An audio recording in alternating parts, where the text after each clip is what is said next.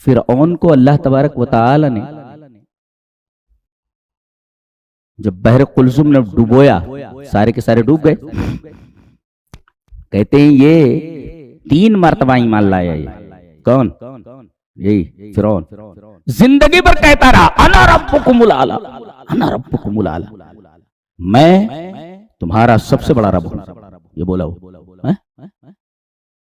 2-3 گوتے کھائے نا، ساری ربوبیت نکل گئی، ساری ربوبیت نکل گئی ایک جھٹکے میں، اور پھر اپنی اوقات پر آ گیا. اوقات دیکھو کیا ہے.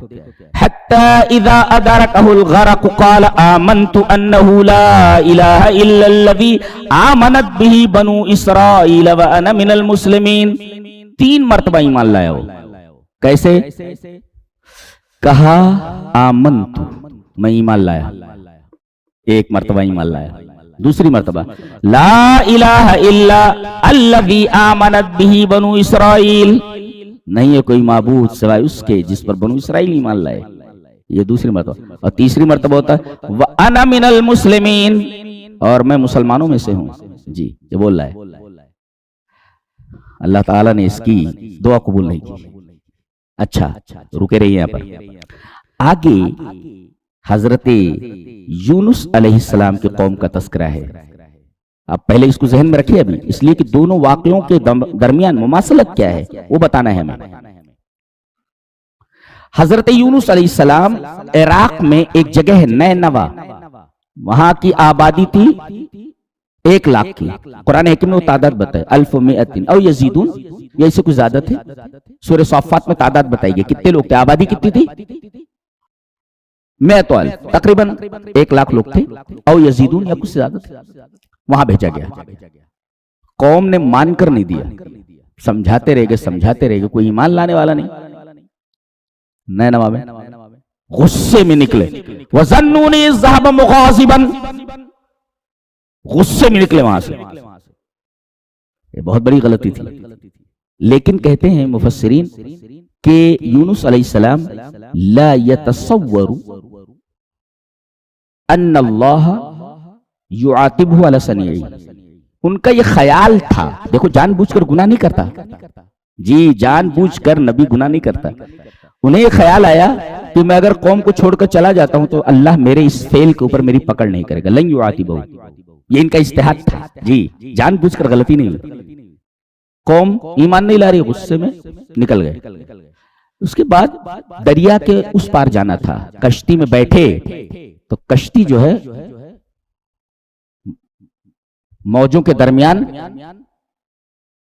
ہلنے ڈلنے لگی. اب ڈوبی کی تب ڈوبی.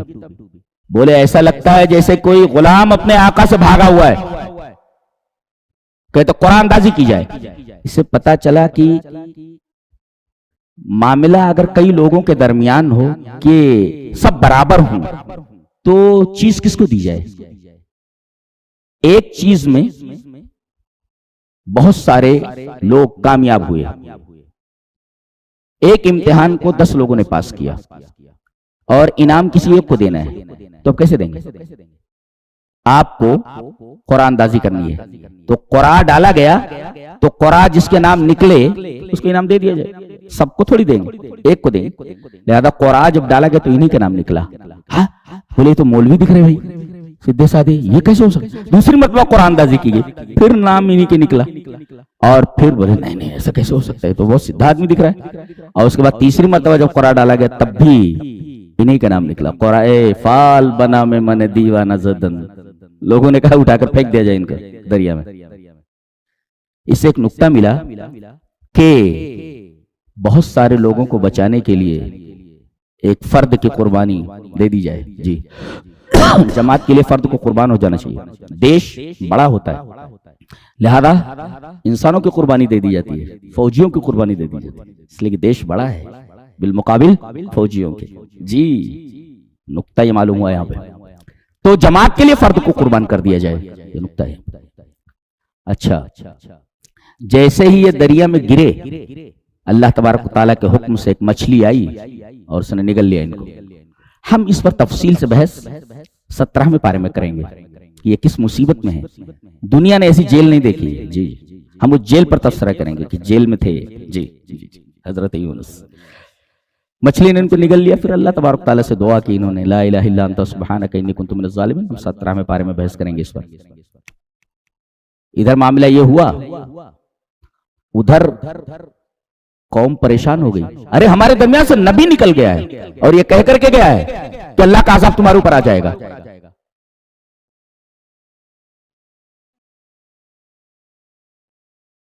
اب آثار دیکھ لیے انہوں نے، وہ کہہ کر کے 3 دن بعد عذاب آنے والا ہے تمہارے اوپر، اور سچ مچ عذاب آ گیا تھا. عذاب ان کے سروں کے اوپر آ گیا تھا قوم یونس کے. جی تمام لوگ گھبرا گئے، تمام بچے، تمام بوڑھے، عورتیں، مرد، یہاں تک کہ انہوں نے جانوروں کو ان کے بچوں سے الگ کر دیا. تو بچے چلا رہے جانوروں کے تاکہ اللہ کو رحم آ جائے. بچے رو رہے ہیں، مرد رو رہے ہیں، عورتیں رو رہی ہیں، بوڑھے رو رہے ہیں، یہاں تک کہ جانوروں کے بچوں کو، ماؤں کو ان سے الگ کر دیا گیا. وہ بچے چلا رہے ہیں ماں کے بغیر. اللہ تبارک و تعالیٰ کو رونا بہت پسند ہے.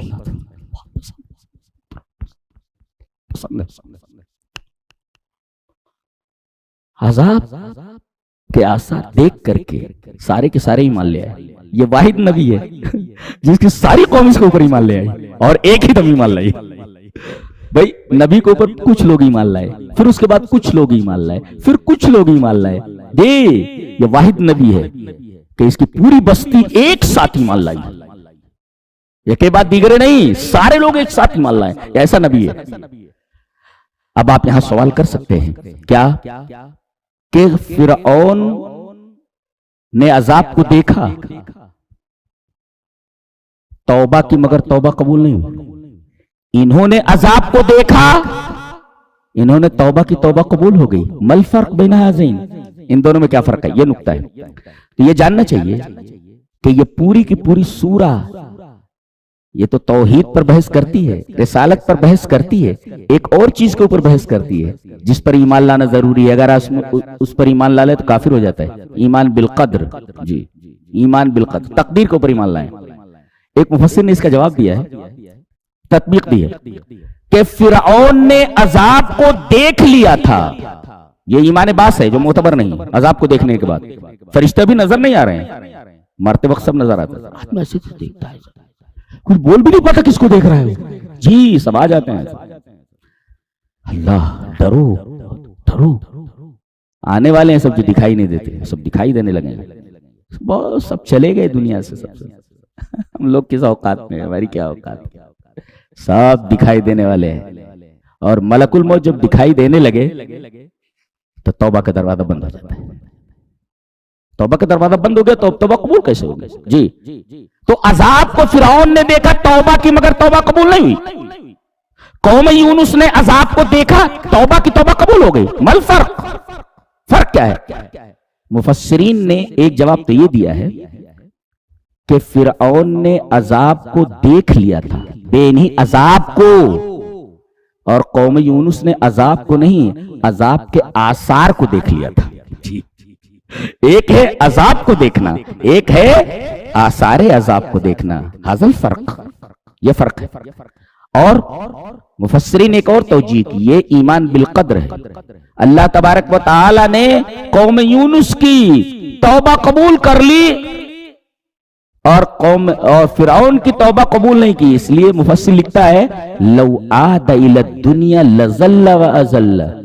اللہ کو یہ علم ہے کہ اگر فرعون کو دوبارہ دنیا میں بھیج دیا جائے تب بھی وہ گمراہ ہی رہے گا، دوسروں کو گمراہ کرتا رہے گا. اور اللہ کے علم میں ہے کہ یہ جو ایمان لائے ہیں یہ در حقیقت ان کو دوبارہ اگر دنیا میں بھیج دیا جائے تو بھی یہ لوگ ایمان والے ہی رہیں گے. یہ ہے ایمان بالقدر.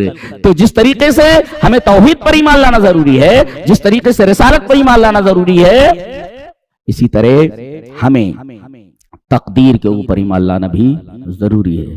اچھا اللہ نے فرمایا رب الاعلی کہتا تھا نا، ربکم الاعلی، تیری تو یہ اوقات ہے کہ پانی نے جب پٹخنیاں دی اس کو تو اس کی اوقات سمجھ میں آ گئی، اس کو اپنی لگا ایمان لانے. اللہ نے فرمایا آل آن، اب ایمان لا رہے. وقد عصیت قبل، اس سے پہلے تو نے نافرمانی کی تو وکنت من المفسدین، بہت بڑا فسادی تھا تو، ابھی مان لانا بولے عذاب کو دیکھ کر کبھی مان لا، الان عصیت، اب ناؤ دس ٹائم. تو اب اللہ نے یہ بھی کہا آج ہم تیرے بدن کو نجات دے دیں گے تاکہ تو اپنے پیچھے لوگوں کے لیے نشانی بن جائے. جی اس آیت کریمہ میں دو رائے ہیں. ایک رائے تو یہ ہے کہ بنو اسرائیل کو فرعون کے ڈوبنے پر اور مر جانے پر اتنے ڈرے ہوئے تھے اس سے، فرعون سے، ان کو یقین ہی نہیں ہو رہا تھا کہ وہ مر گیا ہے ڈوب کر. انہوں نے کہا کہ ہم دیکھنا چاہتے ہیں مرا کی نہیں مرا وہ دیکھنا چاہتے ہیں. اتنا بڑا دشمن ایسے مر گیا بولے تو کہاں ہے وہ؟ اللہ نے فرمایا ننجی کا ایک لفظ ہے